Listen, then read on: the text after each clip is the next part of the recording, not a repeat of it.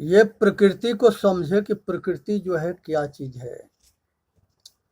पंच महाभूत को हम प्रकृति कहते हैं और पंच महाभूत जो है पूजनीय संत समाज देवी और देवता सुने समझे विचार करे और अपना कल्याण करे। पृथ्वी जल अग्नि वायु और आकाश, ये पांच तत्व जो है पंच महाभूत है। संसार में जितने वन है, पहाड़ है, झरना है, ये सब कुछ पृथ्वी पर स्थिर है। तो ये पृथ्वी के सबको धारण करती है। जल में जो है तालाब है, नदी है, सागर है, महासागर है, जल भंवर है, ये सब कुछ के जो है जल, ये सब कुछ को पृथ्वी धारण करती है। अग्नि में ज्वालामुखी पहाड़ होता है, सूरज होता है, चांद होता है, तारागण होता है। ये जितने जो है प्रकाश करने वाले हैं, ये सारे जो है अग्नि तत्व हैं। इससे जो है जीवन भी है, ऐसे सृष्टि भी है। बिना गर्मी के कोई बीज अंकुरित नहीं होता है। ये शरीर के जेठराग्नि जो है भोजन पकाने के जो काम करती है वो अग्नि है। तब बिना अग्नि के जिंदगी ना होता है, जीवन ना होता है। तो इसलिए ये जीवन दाता है। पृथ्वी जो है ये जीवन दाता है, जल है ये जीवन दाता है, अग्नि है ये भी जीवन दाता है, वायु है ये भी जीवन दाता है। संसार के अंदर जो है जितने तूफान आता है, जितनी तरह के जो है आपदाएं आती है, जो सबके विनाश होता है, ये सब पांचों चार तत्व जो है महाप्रलय करते हैं। पृथ्वी पर भूकंप आता है, जल से जलवामय होता है, अग्नि से सब जल जाता है, और वायु से तूफान में सब तहस नहस हो जाता है। तो ये चारों तत्व महाप्रलय करता है। पृथ्वी और आकाश के बीच में सृष्टि और प्रलय दोनों होता है। इसलिए चीज़ को समझनी है और संसार के अंदर ये जो है पंच महाभूत के शक्ति को जानना है। संसार के अंदर जो है इसको ठीक से समझने के लिए, इस पर विचार करने के लिए और इसको जाने कि संसार के अंदर जो है पंच महाभूत के जो है सृष्टि कैसे होता है या कैसे करती है, इसके विषय में समझे। 60 कर्म होता है जिसमें धर्म, शक्ति, गुण, क्रिया, मेल, आकार, ये 6 होते हैं। इसी से पृथ्वी के जो है धर्म है कठोर। पृथ्वी बहुत कठोर है जो सबको धारण करती है। जल का धर्म है शीतलता, ये बहुत शीतल होता है, प्यास बुझाती है, शीतल देती है। अग्नि के धर्म है जला देना, गरम, उष्णता। वायु के जो है धर्म है कोमल, आकाश खाली जगह को कहते हैं। शक्ति जो है पृथ्वी के धारण करने की शक्ति है, ये सब कुछ को धारण करती है। जल जो है पिंड बांधती है, जल के माध्यम से जो है गर्भ में बच्चा के पिंड बनता है और संसार में सभी जो है पिंड के माध्यम से सबके सृष्टि होता है। अग्नि जो है ये जो है सब कुछ जला देने की इसको शक्ति है, और वायु जो है इस सब को उड़ा देने की शक्ति है। तो ये जो है पंच महाभूत की शक्ति है। ये इस तरह से पृथ्वी के गुण है गंध। पृथ्वी जो है सुगंध दुर्गंध दोनों पाया जाता है। जल का जो है गुण है रस, ये रसायुक्त होती है, प्यास बुझाती है, बिना जल के कुछ भी नहीं होता। अग्नि है, इसका जो है गुण है रूप। ये इसी के आँख से दिखाई देता है, और रूप जो है ये अग्नि के गुण है। वायु है, इससे जो है स्पर्श के ज्ञान होता है और शब्द उच्चारण होता है। तो ये शक्ति जो है गुण जो है वायु के है। क्रिया जो है पृथ्वी में भूकंप आता है और दुनिया तबाह होता है, तो ये पृथ्वी के जो है क्रिया है। और जल की क्रिया है बाढ़ आ जाना, जलवामय हो जाना, सब कुछ जो है डूब जाना, गांव के गांव बह जाना, ये सब जलवामय होता है। ये बाढ़ की वजह से होता है, तो ये जल की करिश्मा होती है। और अग्नि जो है सब कुछ को जला डालती है। और अग्नि ज्वालामुखी पहाड़ होता है, फटता है तो बहुत तबाह करता है, तो ये अग्नि के गुण है, अग्नि की क्रिया है। और वायु की क्रिया है, आंधी हो, भंवर हो, तूफान हो, उसमें सब कुछ बर्बाद करता है, तो ये वायु के क्रिया है। और आकार इसके जो है पृथ्वी के स्थूल है जो देखने में आता है, जल जो उससे सूक्ष्म है ये देखने में आता है, उससे लेके बारीक है। अग्नि जो है ये भी देखने में आती है, ये अति सूक्ष्म है। वायु जो है ये अति सूक्ष्म है, ये देखने में नहीं आता है, एहसास किया जाता है। और उसके बाद से ये मेल में ये सभी तत्व एक दूसरे से मेल होता है, ये मिल करके संसार के सृष्टि और संसार के प्रलय करते हैं सब। तो इसलिए पृथ्वी और तत्वों से मिल के काम करती है, जल जो है तीनों और तत्वों से मिल के काम करती है, अग्नि जो है और तत्वों से मिल के काम करती है, और वायु जो है और तत्वों से मिल के काम करता है। इसलिए ये सठ कर्म अगर के तत्व ज्ञान इसी को कहते हैं। जब मनुष्य के तत्व ज्ञान होता है तो वो भरम से निकल जाता है, अंधविश्वास से निकल जाता है, और उसके समझ में आ जाता है कि प्रकृति कैसे काम करती है। इसी बात को समझने के लिए कृष्ण भगवान गीता में पांडवों से कहते हैं कि हे भाई, उत्तराखंड के पहाड़ी में तत्ववेता रहते हैं सब, वो तत्ववेता से तुम जो है अपने तुम सब जो है तत्व के ज्ञान जान करके अपना कल्याण कर सकते हो। इसी तरह से जो है संसार के अंदर जो है मनुष्य पंचकोश होता है। ये चेतन आत्मा जो है 5 पर्दा के भीतर रहता है। उसमें पहल का पर्दा है अन्नमय कोश, शरीर। इसके ये शरीर भोजन और पानी और वायु से ये जो है तैयार रहता है, और इसी से जो है ये कार्यशील रहता है। जब शरीर तंदुरुस्त रहता है तो ये सब कुछ करने में सक्षम होता है। शरीर कमज़ोर होता है तो ये शरीर जो है सब कुछ करने में असमर्थ होता है। इसलिए भोजन शाकाहारी हो और शक्तिशाली जो है शरीर बने, जिससे मनुष्य जो है अपना कल्याण कर सके, औरों के कल्याण कर सके। इसी तरह से दूसरे नंबर पर प्राणमय कोश है।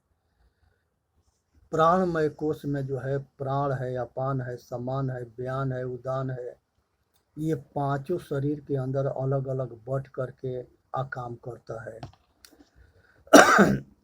तो इसलिए जो है प्राणमय कोश को समझना है और इसको संशोधन करना है, आसन करना है, प्राणायाम करना है, तो इससे जो है ये वायु के संशोधन होता है। मनोमय कोश संकल्प है, विकल्प है, भावना है, विचार है, इसमें जो है निर्णय करना है। अच्छे संकल्प विकल्प विचार आते हैं उसको अपनाना है, अगर बुरे जो है संकल्प विकल्प विचार होते हैं तो उसे छोड़ना है, और अच्छे से कल्याण होना है, बुरे से बंधन तैयार होता है। इसलिए अच्छे जो है मन को जो है अगर साध लेंगे, मन एकाग्र हो जाएगा तो सुख हो जाएगा। क्योंकि मन ही जो है इसके 2 पहलू है, एक जो है पतन के मार्ग और एक वो जो है कल्याण के मार्ग। अब ये मन को कैसे बनाना है अपने ऊपर निर्भर करता है, अपने ज्ञान के ऊपर निर्भर करता है। मन जो है अगर सतोगुणी होगा तो कल्याण कर देगा, और मन अगर दुर्गुणी होगा तो ये विनाश कर देगा। आज जो है रावण के रावण जो है इतने विद्वान था, और ऋषि पुलस्त के नाती था, ब्रह्मापुत्र ऋषि पुलस्त के नाती था। ये अपने इसके बुद्धि जो है खराब हुआ, दुर्गुण समा गया, तो ये अपना पतन कर लिया। वहीं जो है प्रहलाद हुए, वो राक्षस के औलाद होते हुए उनके सतबुद्धि आ गया, नारद के मार्गदर्शन मिल गया, तो वो जो है राक्षस के औलाद होने के बाद देवता हो गए। और यहाँ जो है विशे सर्वा धर्मात्मा थे, और उसका लड़का रावण राक्षस बन गया।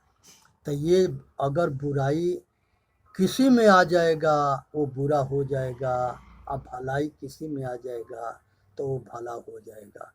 तो इसलिए जो है संगत से गुण होता है, कुसंगत से गुण जाए।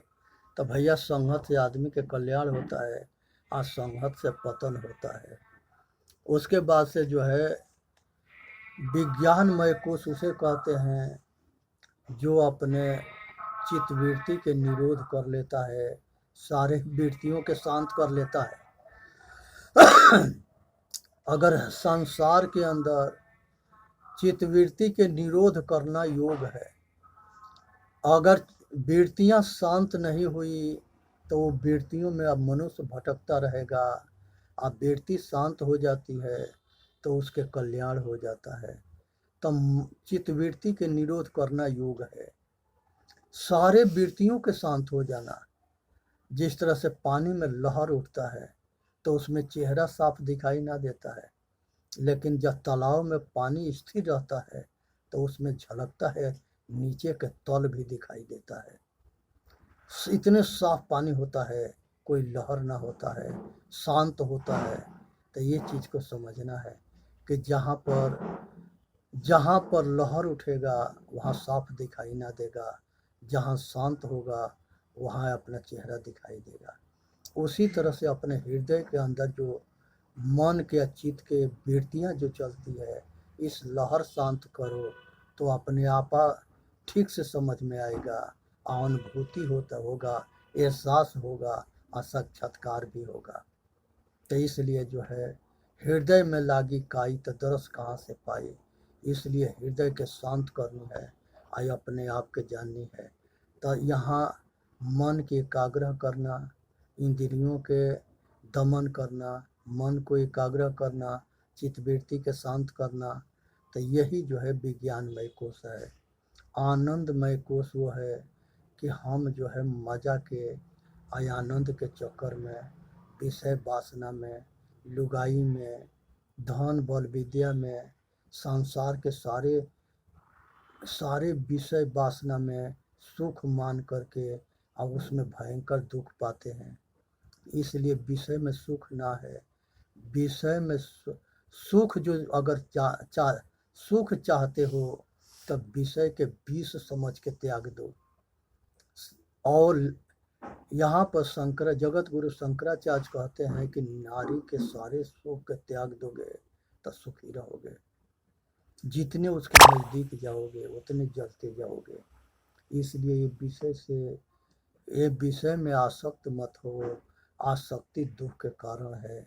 इसलिए इस संसार के सब कुछ की आसक्ति से मुक्त हो जाओ, कुछ किसी चीज़ की आसक्ति ना रहे। ये आसक्ति जन्म मरण के कारण है, इसलिए ये आसक्ति से बचनी है। आनंद मजा छोड़ करके अंतर्मुखी हो करके अपने घर के वापसी करो, निष्काम कर्म करो, साधन करो, सेवा करो, ध्यान करो, अनुभूति करो, साक्षात्कार करो, अपने स्वरूप में स्थित हो जाओ। ज्ञान स्वरूप के हमेशा जागृति बना रहे, होश में रहो, बेहोश मत हो। तो ये चीज़ को समझनी है और अपना कल्याण करना है। ये मनुष्य, ये जीव के 4 अवस्था होता है। ये 5 पंचकोश है, ये पांचों के पार करने के बाद अपने घर वापसी होता है, चेतन आत्मा अपने स्वरूप में स्थिर होता है। इसके अलावा 4 और है जिसको मन बुद्धि चित्त अहंकार, ये जो है ये जागृत है, स्वप्न है, सुषुप्ति है, तुरीय है। ये 4 अवस्था है। जब हम जागृत में होते हैं तो संसार के सब कुछ करते हैं, और यही जो करते हैं वो रात में स्वप्न में चलता है। और यही जब रात में स्वप्न में चलता है तो ये स्वप्न में कोई आदमी डर के भागता है, कोई कुछ मिलता है तो खुश होता है, कोई राजा बनता है, कोई भिखारी बनता है, तो सवेरे उठने पर जैसे के तैसे रहता है। ये संसार की यही गति है। जो कुछ देख रहे हो आज है कल नहीं रहेगा। इसी तरह से जो है भरम मात्र रहेगा। इसलिए जो है इस सबके आसक्ति में अपना अपना समय खराब मत करो, अपना लोक परलोक खराब मत करो, अपना कल्याण करो, अपना बचावा करो। उसके बाद से जो है तुरीय अवस्था होता है। ये जो है जागृत स्वप्न। तीसरे नंबर पर सुषुप्ति है। सुषुप्ति में गहरी निद्रा में ये चेतन जीव आराम करता है। उस समय कुछ के पता ना होता है, ये पूरा आनंद में होता है और ये शांतिमय आराम करता है।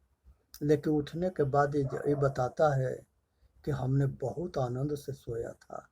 तब पूरा बहुत आनंद से सोने के ज्ञान किसने किया? ये चेतन आत्मा किया।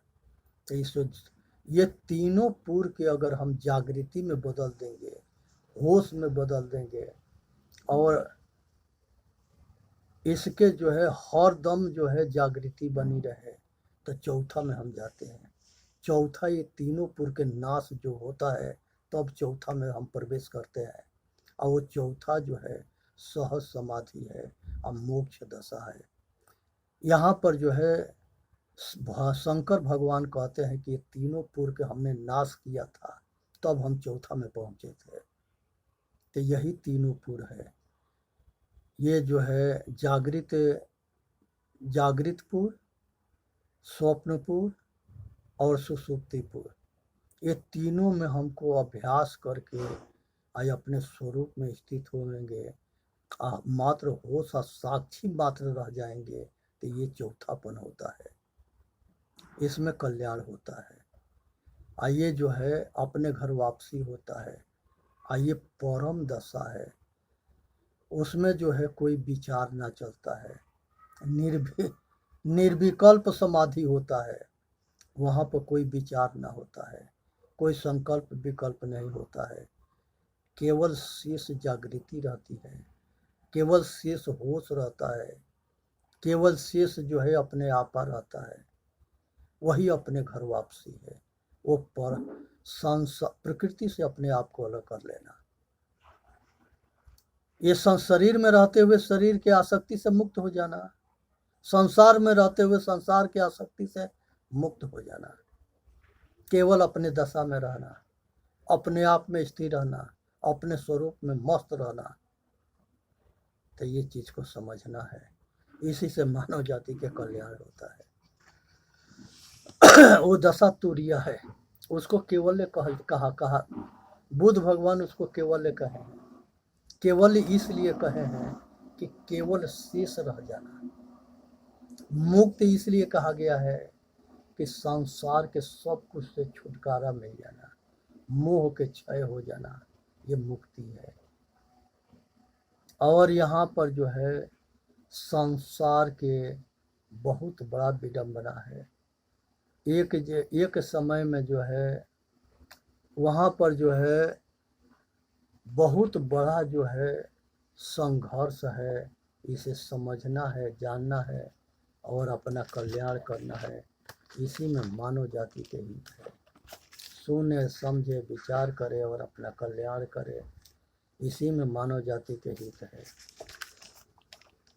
ये संसार के अंदर जो है मनुष्य जो है अपना कल्याण तबे कर सकता है जब ये संसार के अंदर जो है अपने स्वरूप को जानेगा। यहाँ पर जो है मनुष्य जो है अगर साधन करके या अपना कल्याण करना चाहता है तब तो कल्याण कर लेगा। अब भरम जाल में अगर फंस जाएगा तो वो जो है भटक जाएगा। इसलिए जो है एक कहानी है, इसमें सुने। दो मित्र थे या दोनों कमाने गए। दोनों कमाने के बाद से जो है 1 साल तक ले दोनों जो है 1 करोड़ रुपये कमा लिए। उसके बाद से दोनों कहे कि अब घर चले, तो दोनों घर के लिए तैयार होके आ रहे थे। रास्ते में रात हो गया तो एक जगह दोनों जो है आराम करने लगे। तो एक जो है मित्र जो था उसने दूसरे मित्र को जो है खाना में जहर मिला के दे दिया। कहा कि 1 करोड़ रुपया हमारा हो जाएगा। उसने वो जहर खा के एक साथी मर गया और ये सारा करोड़ों रुपया लेके अपने घर आ गया। जो मर गया था वही इसके घर में, इसके जैसे शादी हुआ आ इसको बच्चा हुआ तो वो जो जिसको ये जहर दिया था वही इसके बेटा रूप में इसके घर आ गया। घर आने के बाद से जो है वो हरदम बीमार रहता था। आई दवा कराने लगा। दवा कराते कराते जो है करोड़ों के जगह पर अपना घर द्वार और संसार के जितनी इसके पास जो कुछ था सब बेच बाच करके उसके बीमारी में लगा दिया। पुत्र मोह में, पुत्र बच जाए। आखिर में पुत्र जो है लास्ट में बहुत सब कुछ जब खो दिया तब उसे पूछा कि भाई ये बताओ कि तुम जो है क्या कारण है कि भाई तू इतने हम सब कुछ लगा दिए, करोड़ों रुपया बाहर के कमाई लगा दिए, अपना घर में जो कुछ था सब कुछ लगा दिए, और तुम ठीक क्यों नहीं होते हो? कहे कि हम ठीक कैसे होंगे, तुमने हमको जो जौहर दे के मार दिया था, हम वही तुम्हारा मित्र हैं। हम तुम्हारी जो दौलत है इसको ठिकाने लगाने के लिए आए हैं। तो इसलिए जो करोगे वही भरोगे और जो बोओगे वही काटोगे।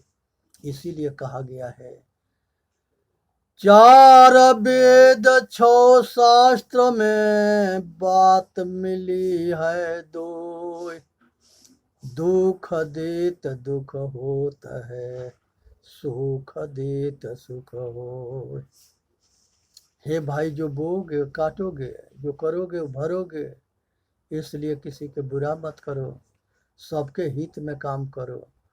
एक तोता था, एक गुरुजी पढ़ाते थे और वो राम राम बहुत सुंदर बोलता था। और उस गुरुजी के पास एक उनके गुरु भाई आए तो वो कहे गुरुजी कि भाई आज हम खाना बना रहे हैं, तुम तोता के जाके पढ़ा दो। डेली राम राम रटने को उसको पढ़ाते थे। उस दिन दूसरा वाला बाबा जो है तोता पढ़ाने गया तो तोता से कहा कि तोता राम राम राम कहो। वो तोता कहा कि एगो पागल से हम परेशान है, तुम दूसरा पागल कहाँ से आ गया? कहे कि क्या बात है? कहा कि ये हमके जो है बहुत दिन से पढ़ा रहा है, राम राम रटो, राम राम बोलो, राम राम बोलो। अरे राम राम बोलने से क्या होता है? हमारा आज लेकर वो मुक्ति ना हुआ। उसने जो है कहा कि ये काम कर रहा, तुमके मुक्ति के रास्ता हम बताते हैं। जब शाम के वो बाबा आएगा नो, आज तो हम पढ़ा के चले जाते हैं, और कल सुबेरे जब वो बाबा आएगा तो तुम जो है दमे साध करके आँख टरेर करके इसमें उल्टा हो जाना। जब तुम उल्टा हो जाओगे तो बाबा सोचेगा कि ये मर गया, आज जैसे ही पिंजरा से तुमको बाहर फेंकेगा फट दे उड़ के भाग जाना। लेकिन मुंह बंद करोगे तब मोक्ष होगा, मुंह खोल के रहोगे तो मोक्ष ना होगा। तब बकधुन ना करनी है, मुंह बंद करनी है।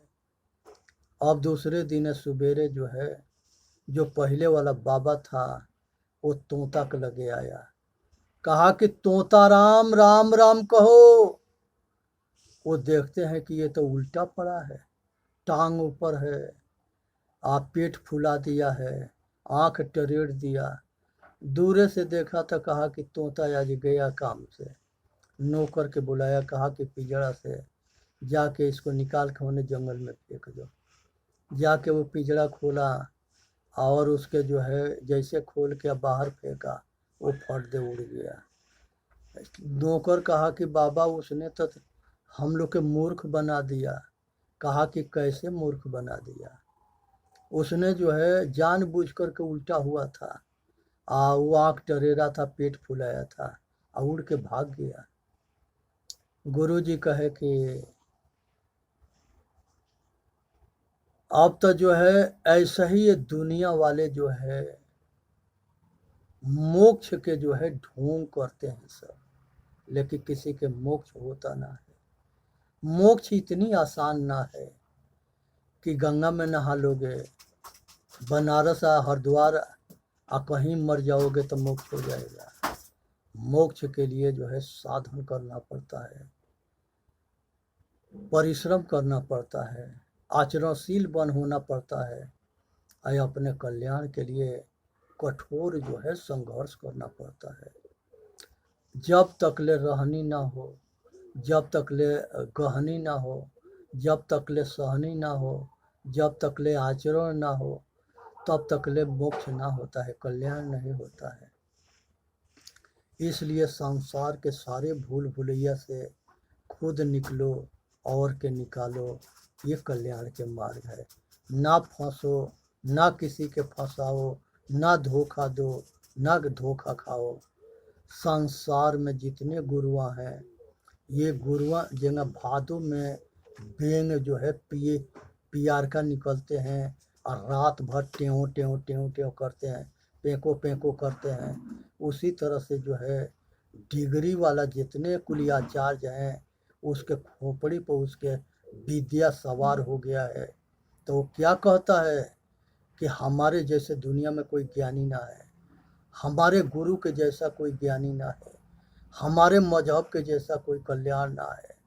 हमारा गुरु हमारा मजहब में मोक्ष होता है, हमारा गुरु मोक्ष के ठेकेदार है, हम हो मोक्ष के ठेकेदार है। हम लोग व्यापार करते हैं, मोक्ष के ठेकेदार हैं, मोक्ष कराते हैं।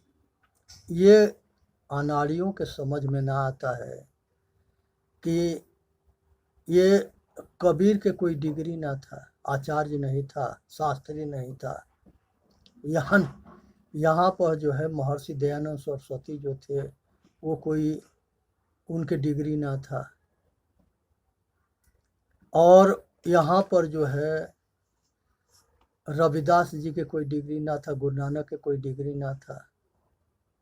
हमारे जितने साधारण सैंपल संत थे, ये बिना डिग्री के थे, महान थे। हमारे राजा महाराजा थे, उनके ना आगे पीछे पोंछ ना लगा है। यहाँ तो आगे पीछे आचार्य के शास्त्री के पोंछ लगा रखे हैं सब, बड़कपन के दिखावा करते हैं सब। रामपाल जी हैं, वो जो है अपना फोटो अपना शिष्य के सगरिन के गला में लटका दिए, क्योंकि वो जो है ये पहचान ले कि ये हमारा चेला है। तो चेला के जिसको भूख होता है वो गुरु ना होता है। गुरु जो है चलवाही से परे होता है, वो जो है निष्पक्ष उपदेश देगा। जो उसके शरण में जाएगा कल्याण हो जाएगा, नहीं जाएगा तो नहीं होगा। वो दिखावा ना करता है, बनावटी और दिखावटी से वो दूर रहता है। तो चेतन जीव दुख मुक्त चैनल पर आके अपना कल्याण करे। बोलिए सतगुरुदेव की जय। साहेब बंदगी, साहेब बंदगी, साहेब बंदगी।